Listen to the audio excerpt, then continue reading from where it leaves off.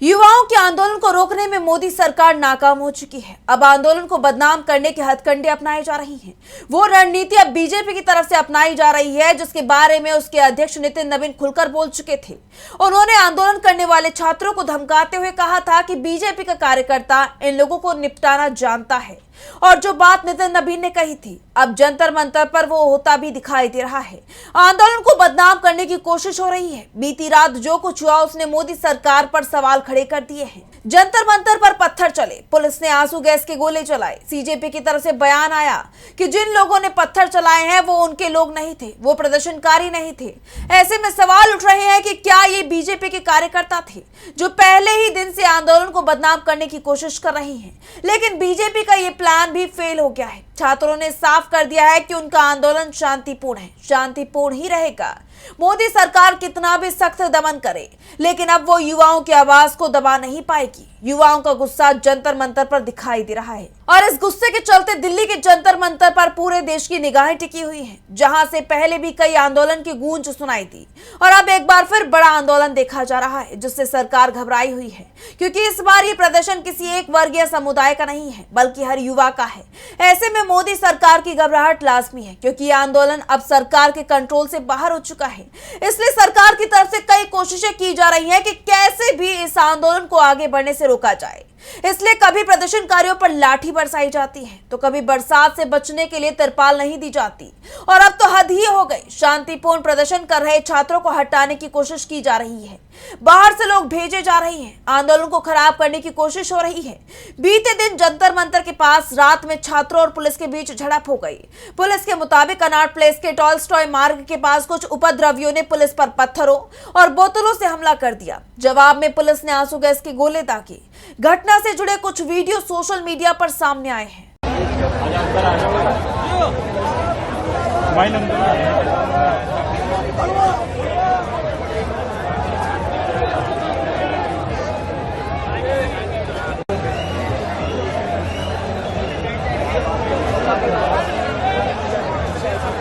Video में देखा जा सकता है कि कितनी भीड़ उस वक्त वहां मौजूद दिखाई दे रही है। इस घटना के बाद तनाव फैल गया है। वहीं जंतर मंतर पर जारी प्रदर्शन के बीच कई ऐसे विजुअल सामने आए जिनमें देखा जा सकता है कि रैपिड एक्शन फोर्स के जवान प्रदर्शनकारियों पर लाठी चला रही हैं, जिसको लेकर लोगों में आक्रोश है, क्योंकि छोटे बच्चे तक को नहीं बख्शा गया है। इस बीच रात करीब 2 बजे का जंतर मंतर से एक वीडियो सामने आया है। At Jantar Mantar guys, so basically अभी पुलिस तैनात है, बीएसएफ वाले तैनात हैं, बट इन्होंने यहाँ पर एक कार ला के खड़ी करी है। ये RW रेजिडेंशियल वेलफेयर किसी की कार है ये, और पहले से ला के ऐसे खड़ी कर दी है ताकि न्यूज़ों में डाल सकें कि ये बच्चों ने तोड़ी गई है। सीजेपी ने एक्स अकाउंट से वीडियो शेयर कर लिखा है, दिल्ली पुलिस ने अभी एक पूरी तरह क्षतिग्रस्त कार को जंतर मंतर स्थित प्रदर्शन स्थल के बाहर लाकर खड़ा कर दिया है। आपने इस कार को यहाँ क्यों खड़ा किया है? दिल्ली पुलिस, इस कार से आप क्या दिखाना चाहते हैं? सभी को याद रखना चाहिए कि इस कार को इस हालत में यहाँ लाया गया है। शांतिपूर्ण प्रदर्शनकारियों पर दोष मढ़ने से पहले इसे रिकॉर्ड करना बेहद महत्वपूर्ण है। सीजेपी ने सवाल पूछा कि हमारी सरकार छर्रे वाली बंदूकों जैसे घातक हथियारों से भारतीय नागरिकों पर हमला क्यों कर रही है? अपने ही देश में अपनी ही सरकार द्वारा भारतीयों को खतरे में डाला जा रहा है। ये लोकतंत्र नहीं है। जंतर मंतर पर हुई घटना के बाद सीजेपी फाउंडर अभिजीत दीपके का बयान सामने आया है। उन्होंने इस आंदोलन को जानबूझकर रोकने की कोशिश करने का आरोप लगाया। इसके साथ ही बीजेपी को आड़े हाथों लेते हुए कहा, ये बाहर से लोग भेजे जा रहे जानबूझकर प्रोटेस्ट को खराब करने के लिए। हम यहाँ पर 1 महीने से बैठे हुए थे, 1 महीने में ऐसी कोई वारदात नहीं हुई, लेकिन अब क्या हो रहा है, जैसे ये प्रोटेस्ट बड़ा हो गया है तो ये बाहर से गुंडे भेजे जा रहे हैं बीजेपी द्वारा जानबूझकर लोगों को उकसाने के लिए, और यही लोग हैं जो पथराव कर रहे हैं बीजेपी के। पुलिस यहाँ पर पत्थरों के ट्रक लाकर रखती है, बीजेपी के गुंडे आते हैं, वो पत्थरबाजी करते हैं और फिर कॉकरोच जनता पार्टी के लोगों को बदनाम करते हैं। दीपके ने साफ बीजेपी पर गुंडे भेजने का आरोप लगाया। उन्होंने लाठी चार्ज के मुद्दे पर कोर्ट जाने की बात तक कह दी। उन्होंने इस कार्रवाई को लेकर कहा कि बहुत ही क्रूर था। तो जो लाठी चार्ज हुआ है उस पर मैं बोल चुका हूँ, इट वॉज वेरी ब्रूटल, और जिन पुलिस ऑफिसर्स ने ये करा है उनको लेकर हम कोर्ट में जाएंगे।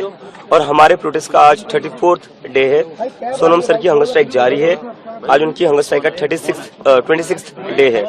तो जब तक हमारी डिमांड्स नहीं होती, डिमांड्स पूरी नहीं होती, तब तक हमारा प्रोटेस्ट जारी रहेगा। But we are requesting Sonam sir to end his hunger strike because we cannot afford to lose his life. इसके साथ ही उन्होंने सोनम वांगचुक के अनशन को लेकर कहा कि आज उनके अनशन का 26वां दिन है, इसलिए हमारी मांगे पूरी होने तक हमारा विरोध प्रदर्शन जारी रहेगा। लेकिन हम सोनम सर से अपनी भूख हड़ताल समाप्त करने का अनुरोध कर रहे हैं, क्योंकि हम उनकी जान गंवाने का जोखिम नहीं उठा सकते। वहीं अब इस आंदोलन को और भी लोगों का साथ मिल रहा है। छात्रों पर हुए लाठीचार्ज की कई सेलेब्स ने निंदा की है, उनमें एक्ट्रेस हुमा कुरैशी का नाम भी शामिल है। बीते दिन वो जंतर मंतर पहुंची। अभिनेत्री हुमा कुरैशी और साकिब सलीम ने प्रदर्शन कर रहे छात्रों का समर्थन किया।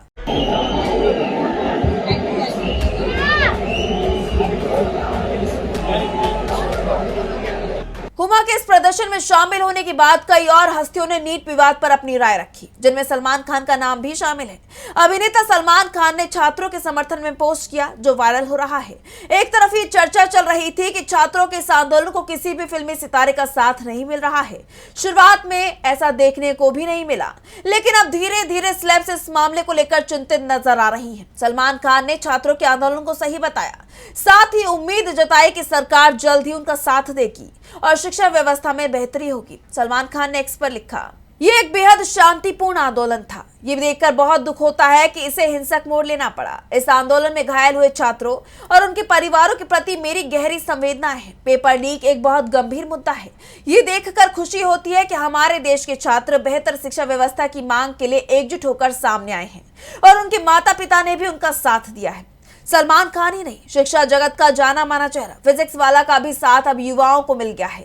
फिजिक्स वाला के सीईओ अलख पांडे देर रात जंतर मंतर पहुंचे और धरना स्थल पहुंचकर स्टूडेंट से सीधा संवाद किया। सुनिए। 20 जुलाई को भारत के बच्चों ने ऐतिहासिक प्रदर्शन किया और ये बच्चों का गुस्सा था पूरी शिक्षा व्यवस्था के ऊपर। ये सिर्फ नीट की बात नहीं थी, इन बच्चों को लाठी से पीटा गया, जख्मी किया गया, पुलिस वालों ने पीटा और बहुत से गुंडों ने भी पीटा है।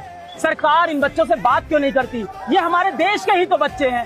एक बार आके इनसे बात कर लीजिए, इनकी प्रॉब्लम तो सुन लीजिए। इनकी मजबूरी है कि आज ये रोड पे आ गए।